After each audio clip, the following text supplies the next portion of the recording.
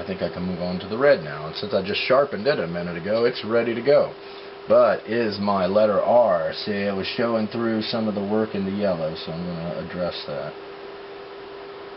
And I'm then going to scratch it out of there.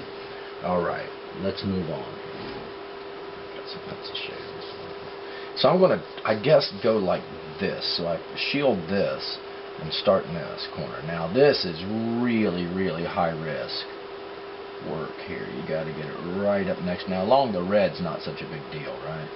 Because red on red's no big deal. But right against these other colors, it really helps if you leave just the tiniest of micro spaces.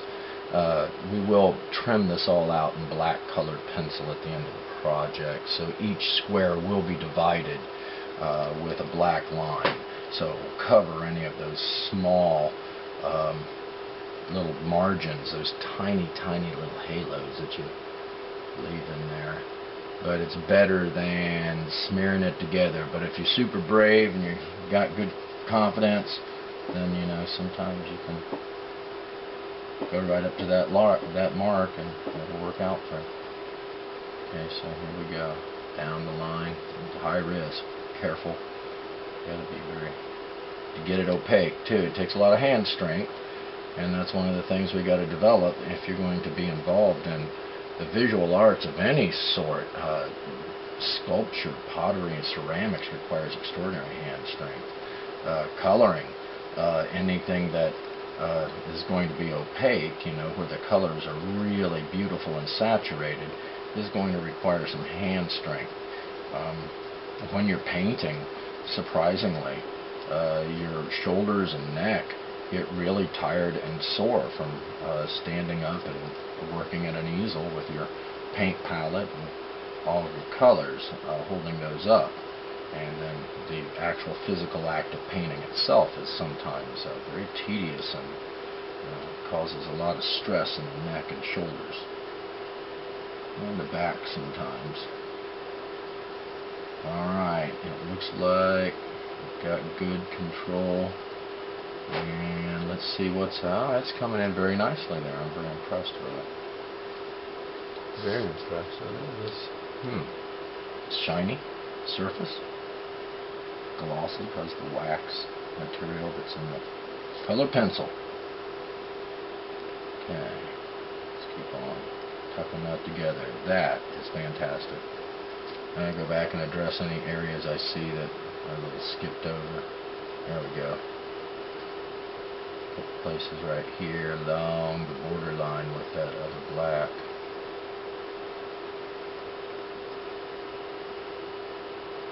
Okay, very nice. Sharpen up again. Keep on coloring. And it looks like those colors are really nice. Let's see if we can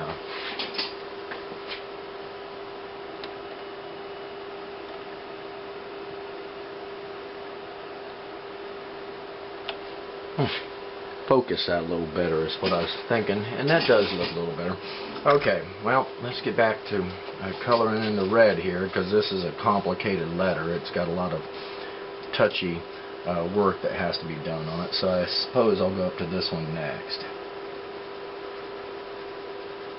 So some letters go faster than others. I think that's the lesson in all of this, and this is one of those letters doesn't go all that fast. But if we get through 5 of them today, that's still going to keep us on track to finish the project in the 10 to 11 days that we've got, because you know we're going to have other things take place in there. There's going to be a quiz as well, and we are going to grade artwork, which should be interesting.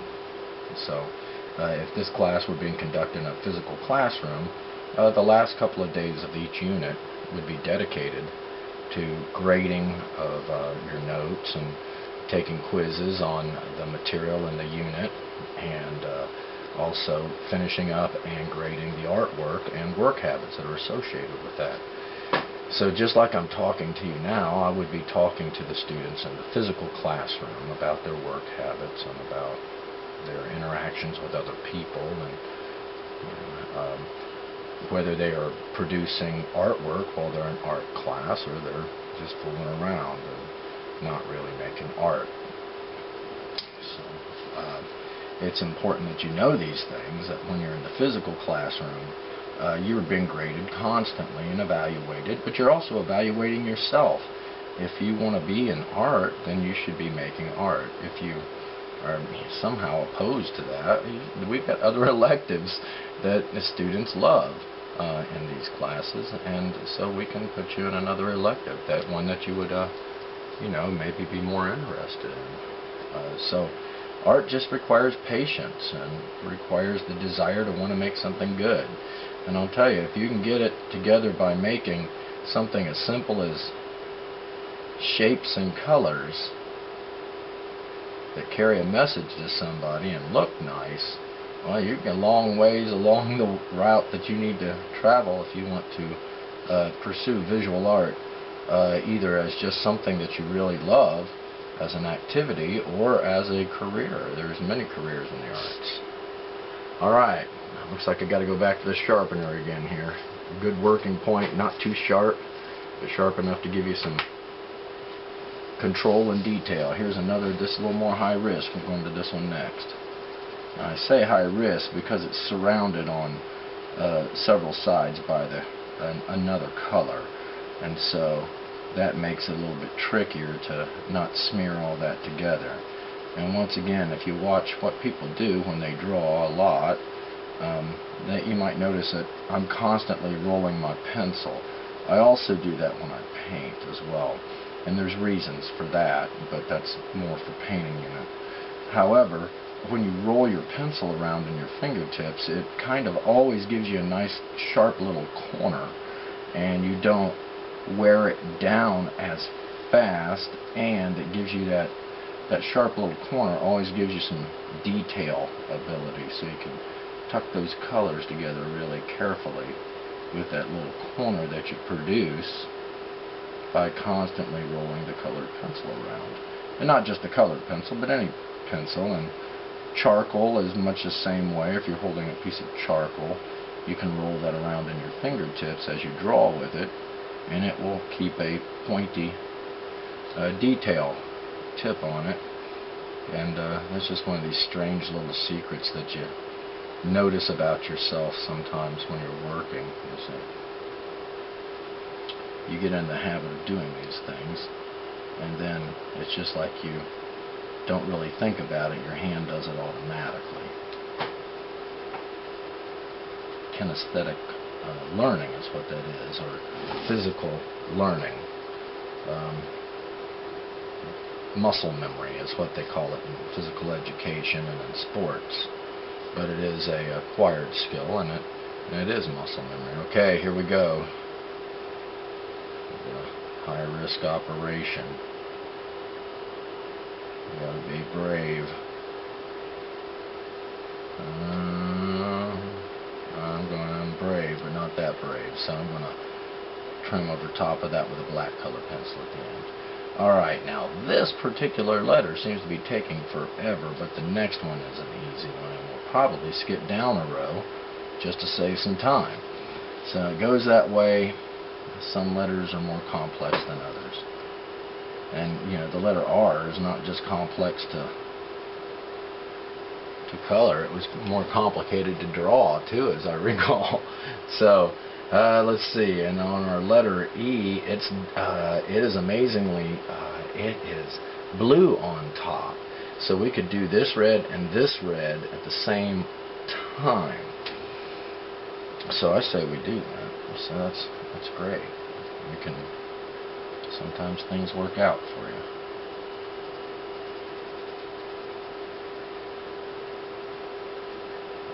So we want to make each day, really, if you enjoy making artwork, it's not a chore to you to, get to class on time and get your materials out and apply yourself to what you're doing. And that's really how you get good at anything. It doesn't really matter what it is you're applying yourself to. If you're giving it your best effort and you're attempting to improve yourself at it, you're probably going to learn a great deal. If on the other hand you're really, not applying yourself, well, that's not a bad thing as long as you're not ruining it for everybody else, and you might actually learn something along the way, and also find some things that you find entertaining and interesting. And that's just one of the things that art does too. It gives you an appreciation for some things that perhaps you didn't have an appreciation for to begin with. So I've had numerous students who are not great artists, but they enjoyed the class, and they said they learned something about art and about art history a lot. And so in the end somebody got educated, and that's what we're really attempting to do here in something that we call art class, is educate people in the arts, and in this case visual arts. So we got to just keep on keeping on, because that's how it gets done. Some great pieces of artwork have taken years to make. The Mona Lisa took probably, it's officially like 3 years, but Leonardo worked on that thing for 16 years, he says, before he finally just said this will never be done, or he just lost interest and quit working on it. And so in his mind it was never finished. But in the minds of the rest of us, we look at it and we can't figure out what's wrong with it. But that's how artists are. Sometimes you struggle with stuff forever and ever. The Sistine Chapel ceiling, which is a very large piece of work, that's why they call it a ceiling, that took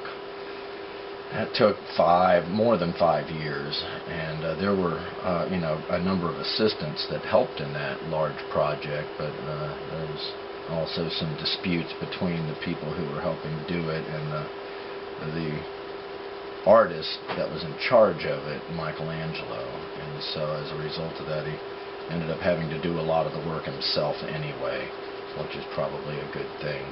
I need to sharpen my pencil again. No, I don't. I got that nice little corner. I'm going to go down here and keep on this. So some artwork, we're only talking about working on something for about 10 days, but some of this artwork can take a very long time to complete. And I'm not looking for you all to work for 5 years on a piece of artwork, but I'm looking for you to apply yourself while you're in here and learn something. And what I'm learning right now is I'm about to run out of red colored pencil here. I'm going to have to resharpen. But this is looking pretty good, I'm thinking.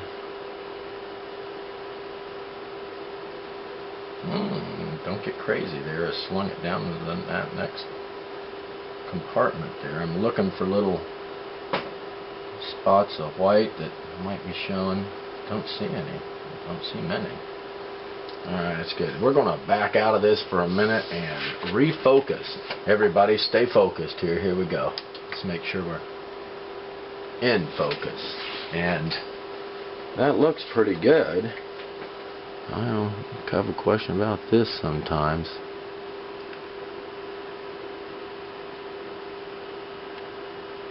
I'm going to say that's pretty good. Alright.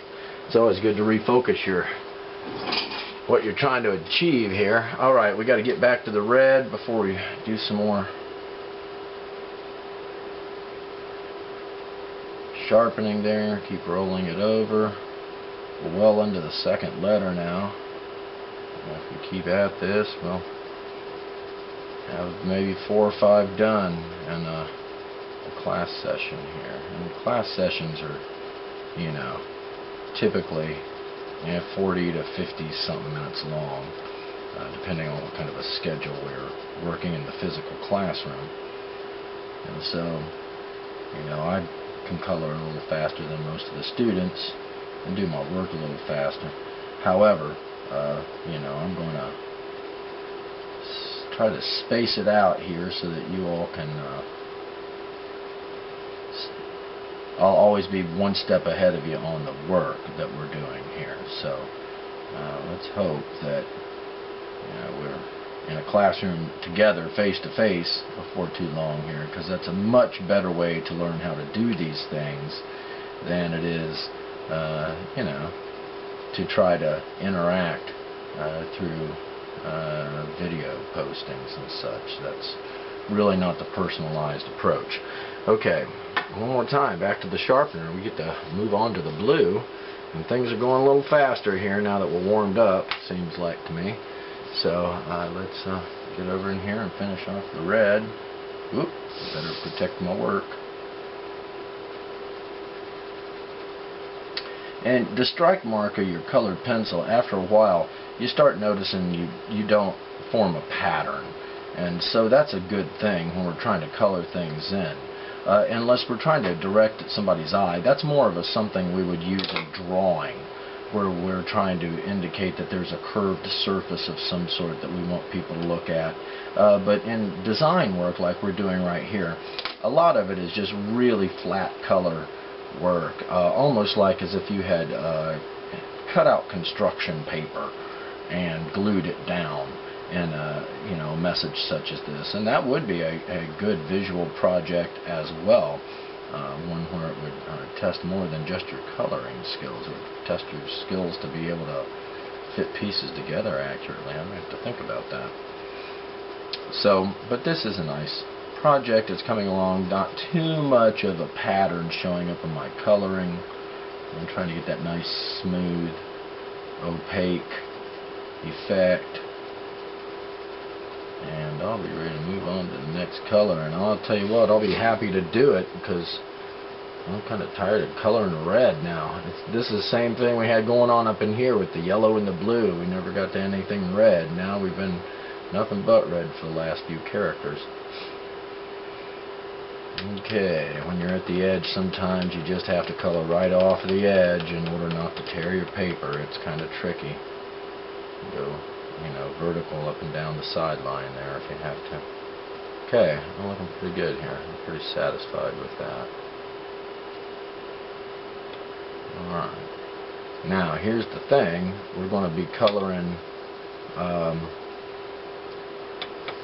a letter E just below it here in a minute, and I know that there's some red in this letter here as well.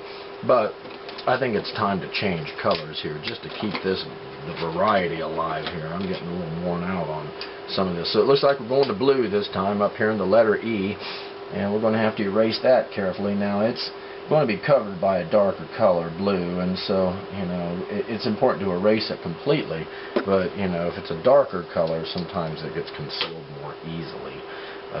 But, you know, the lighter colors, especially the white and the yellow, it'll show through if you're not careful. Alright, looks like this is where we're going next. A little coffee there. Okay, gotta kind of shield my red because it'll smudge into this blue, and this is more of a high-risk operation here now.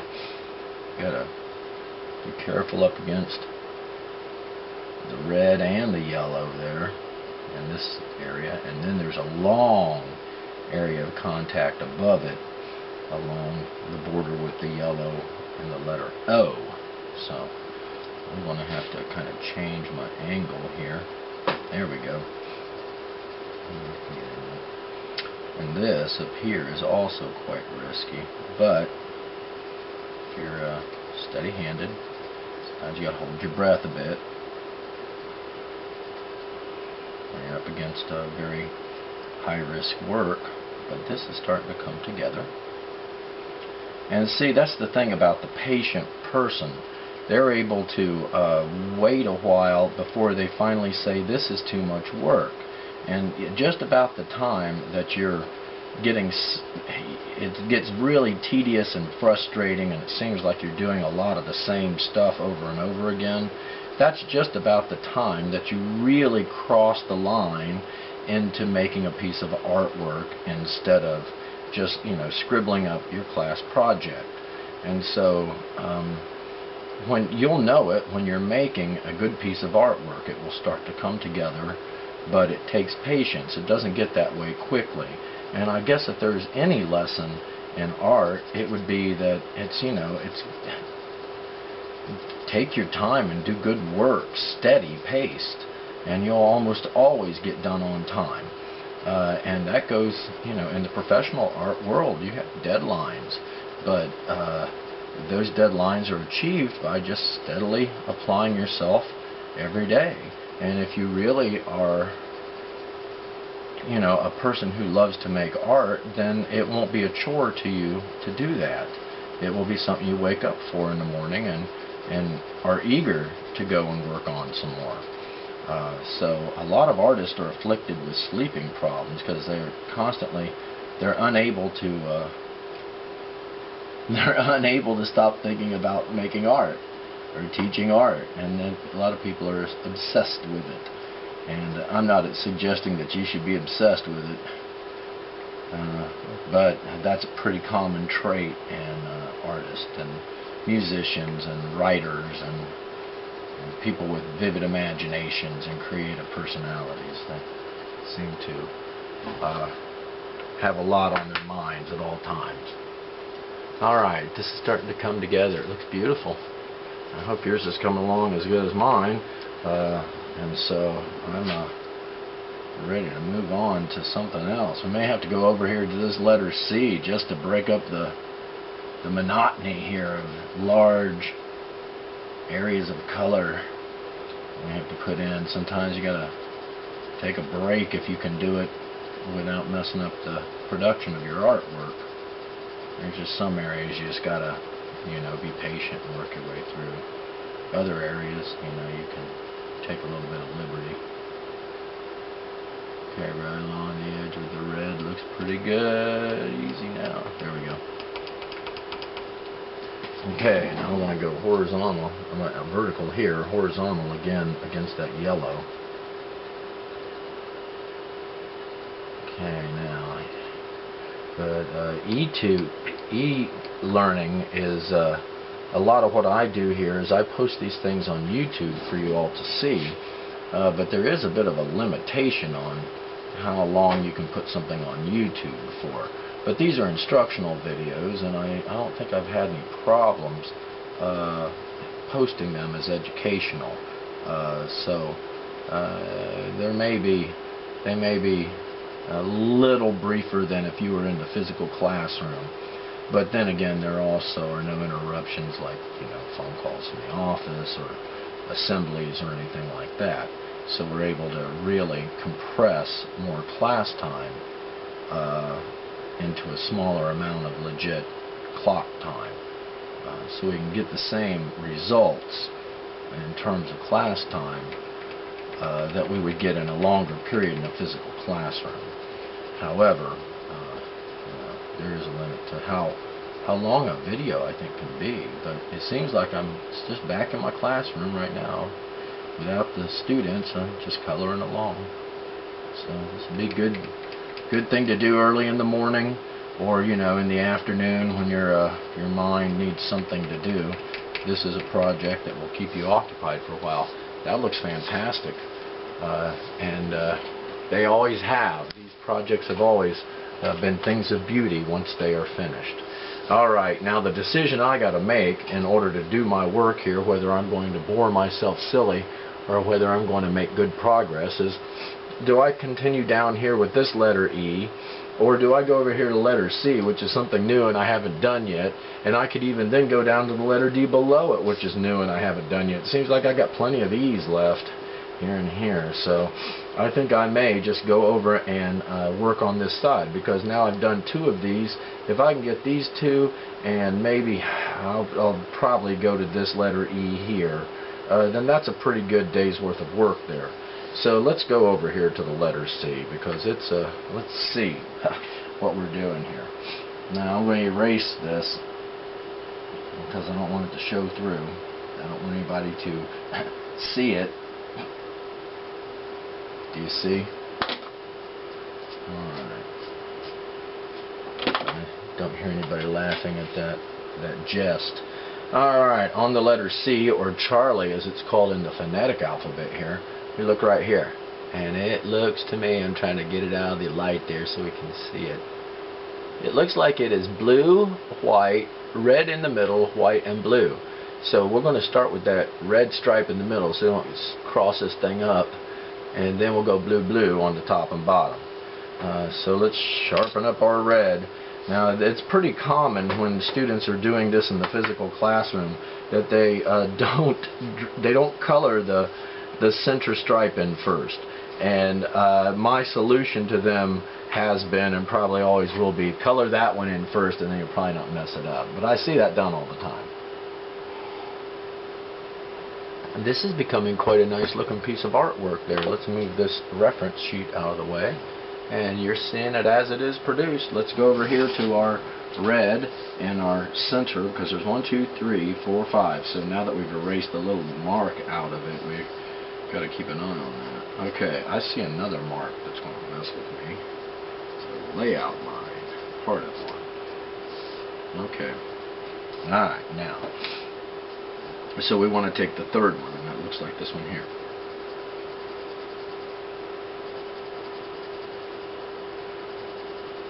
Our third letter. Now see, we're not going to color in the white at this point in time. We're going to let that till we get ready to dress it up at the end. It smears a great deal, the other colors smudge into it. So in order to make a nice attractive piece of work, at least on this project, we're going to wait until the end for that. But it is important that you use the white in order to keep the paper from, if you just left the white paper showing, it would eventually expose, because of exposure to the air, it would eventually kind of yellow and get dingy colored, maybe brown, like old paper, if you've ever seen old paper. And so, you know, that's not what you want from a piece of artwork. You want a piece of artwork that the whites are white and the yellows are vivid and the reds and blacks are tight next to each other and look beautiful together. That's what you want, not dingy white in there. Nobody cared about that piece of paper.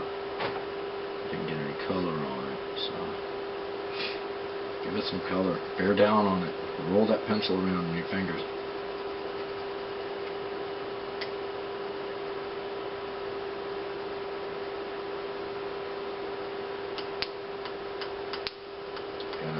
On the edge here, you got to be careful not to snag the edge and tear that piece of artwork.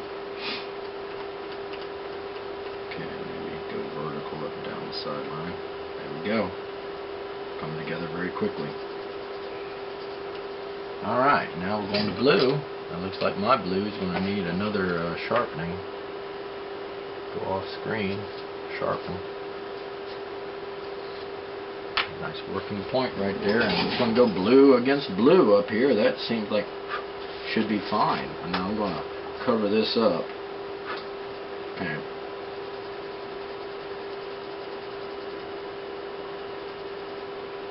I've got to get it tight to the line, and it won't really be a high-risk operation up there where we have blue on blue, because, you know, if we get some on the other side of that line, well, it's just in the blue anyhow, so no big, crisis there.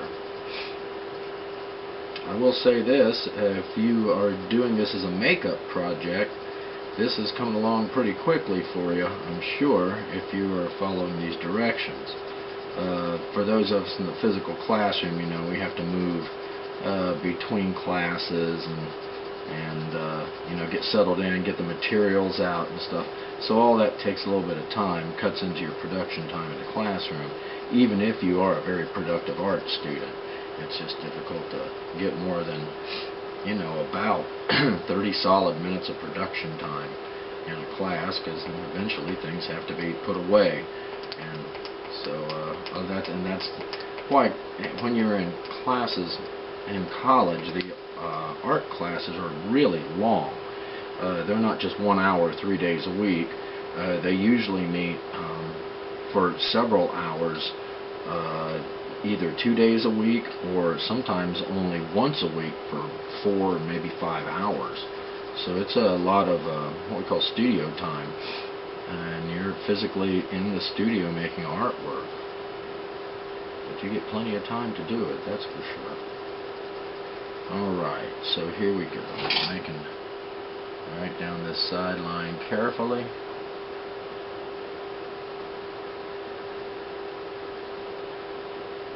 Alright. So I think we're actually in our third day of coloring here. And I gotta say, we've done this is making some pretty good progress. Let's go back and find those places that got skipped over. Need a little more blue. And the little sharp corner if there's any dents in there that show through or scratch marks. Alright. Now we're going to go down to the bottom portion of our letter C. It looks to me like we're going to have to resharpen again. I'm going off camera here a little bit for the sharpener. And now, see, we're making progress. There's our third letter. I'm going to shield this. Let's get going. Now it's important to get a good working tip on your pencil because, see, they tend to snap if you're not careful. If you get a really, really long pointy point, well, that doesn't really let you color anymore any farther, or that tip breaks off almost immediately. And there's times when you need that super pointy tip.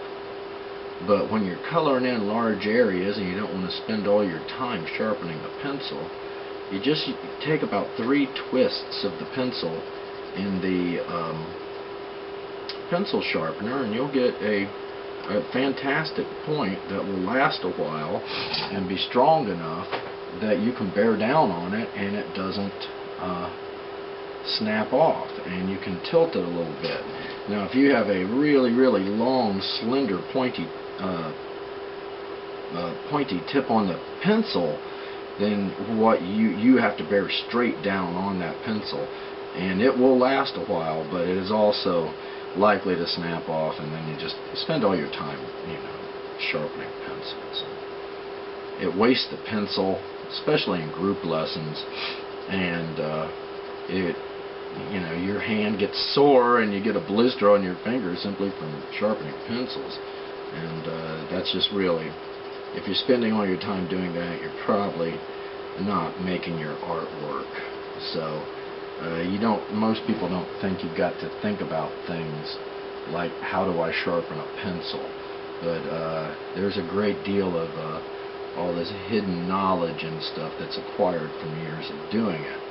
And that's how you keep your production going, so you don't have to spend all your time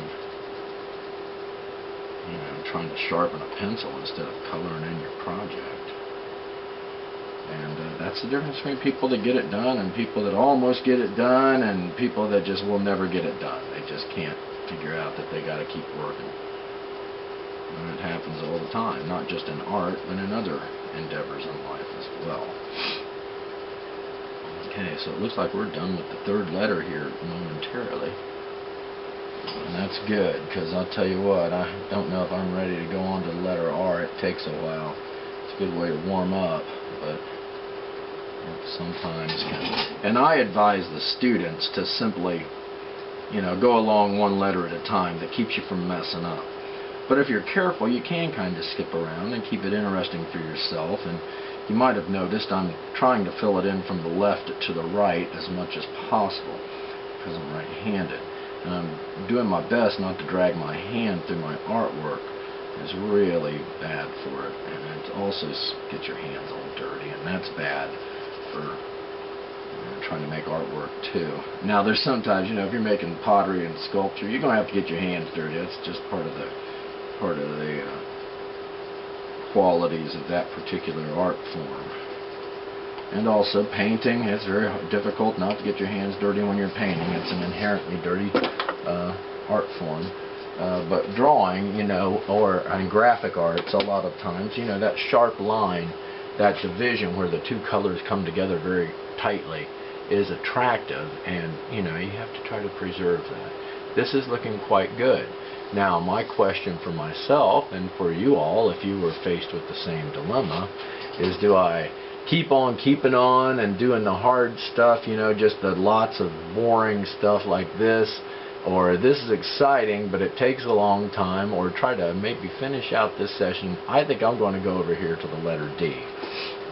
It's a little bit different, and there's plenty of these. I need to probably take care of one here.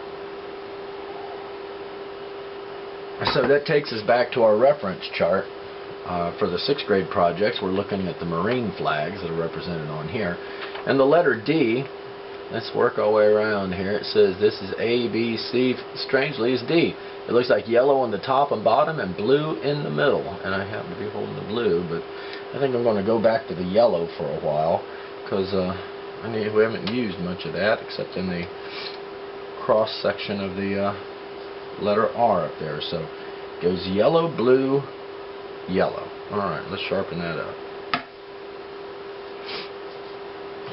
But sometimes you start making progress real quickly, and other times it seems to take forever. And we got to erase our letter D out of our layout work here. Like that. And see, this is going to be yellow, so it has to be cleaned out of there pretty good. And we'll show through. And sometimes when I draw these on video, I want you to be able to see them, and I get a little heavy-handed, and they're difficult to erase sometimes. Alright, so down here on yellow, let's get going on this one. And it is showing through a little bit, but I'm going to have to just live with what I've made. I'm going to have to shield this.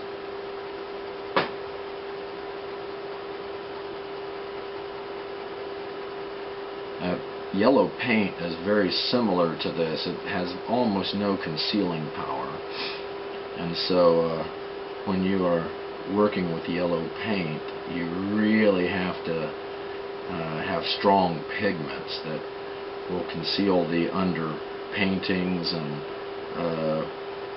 sometimes it takes numerous coats of those strong pigments being the colored portion of the paint. So here we go. Wow, this stripe is coming along quite quickly. I think you just get in the groove, in the flow state, as they call it, and sometimes you can really make good art fast. Try not to shake the camera as I go here. Step back here for a moment and see what we've created.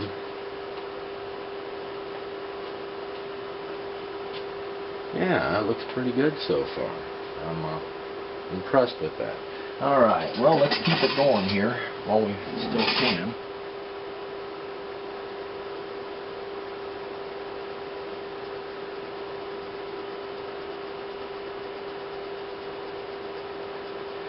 Yeah, coloring. It's really calming sometimes. A lot of times I'll listen to music when I'm working on artwork. And other times, I just like to hear, honestly, the sound of the materials as they scratch against the surface of the drawing or the painting. Even when you're working with clay, the clay itself makes some noises as you mold it around and try to let it become